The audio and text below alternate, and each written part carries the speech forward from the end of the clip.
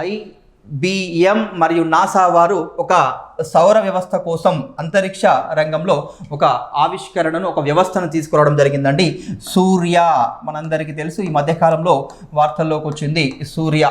ఇది ఒక వ్యవస్థ, ఒక సిస్టమ్గా చెప్పుకోవచ్చు, ఒక టెక్నాలజీ, ఏఐ బేస్డ్ టెక్నాలజీగా చెప్పుకోవచ్చు. సూర్య అనే టెక్నాలజీని, ఏఐ బేస్డ్ టెక్నాలజీ, ఆర్టిఫిషియల్ ఇంటెలిజెన్స్తో నడిచే ఒక టెక్నాలజీని నాసా మరియు ఐబిఎం కలిసి దీన్ని ఆవిష్కరించడం జరిగిందండి. ఏఐ బేస్డ్ టెక్నాలజీ సిస్టమ్గా మనం చెప్పుకుంటామండి. టెక్నాలజీ వ్యవస్థ, టెక్నాలజీ సిస్టమ్, ఆర్టిఫిషియల్ ఇంటెలిజెన్స్తో నడిసే ఒక వ్యవస్థగా మనం చెప్పుకోవచ్చు. ఈ కొత్త టెక్నాలజీని ఎవరు డిజైన్ చేశారు, ఎవరు లాంచ్ చేశారు అంటే నాసా అండి.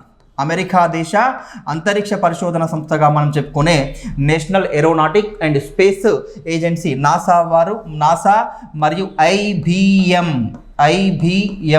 ఇంటర్నేషనల్ బిజినెస్ మెషిన్స్, ఇది మల్టీనేషనల్ కంపెనీగా చెప్పుకోవచ్చు.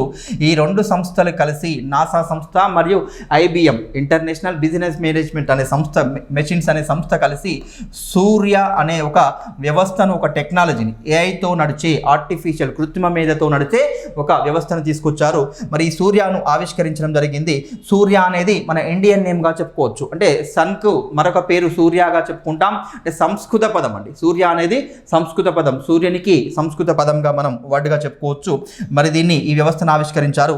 ఎందుకోసము అంటే అంతరిక్ష వాతావరణాన్ని అంచనా వేయడానికి, అంతరిక్ష వాతావరణాన్ని, స్పేస్ వెదర్ను తెలుసుకోవడానికి, దాన్ని ప్రెడిక్ట్ చేయడానికై ఈ రెండు సంస్థలు కలిసి ఈ కొత్త టెక్నాలజీని ఆవిష్కరించడం జరిగింది. పేరు గుర్తుంచుకోండి. అంటే నాసా వారు మన ఇండియన్ నేమ్తో, భారతీయ పేరుతో సూర్య అనే ఏఐ బేస్డ్ టెక్నాలజీని ఆవిష్కరించడం జరిగింది. దాని యొక్క ఉద్దేశం ఏమిటి, అది గుర్తుంచుకోవడం మనకు సరిపోతుంది.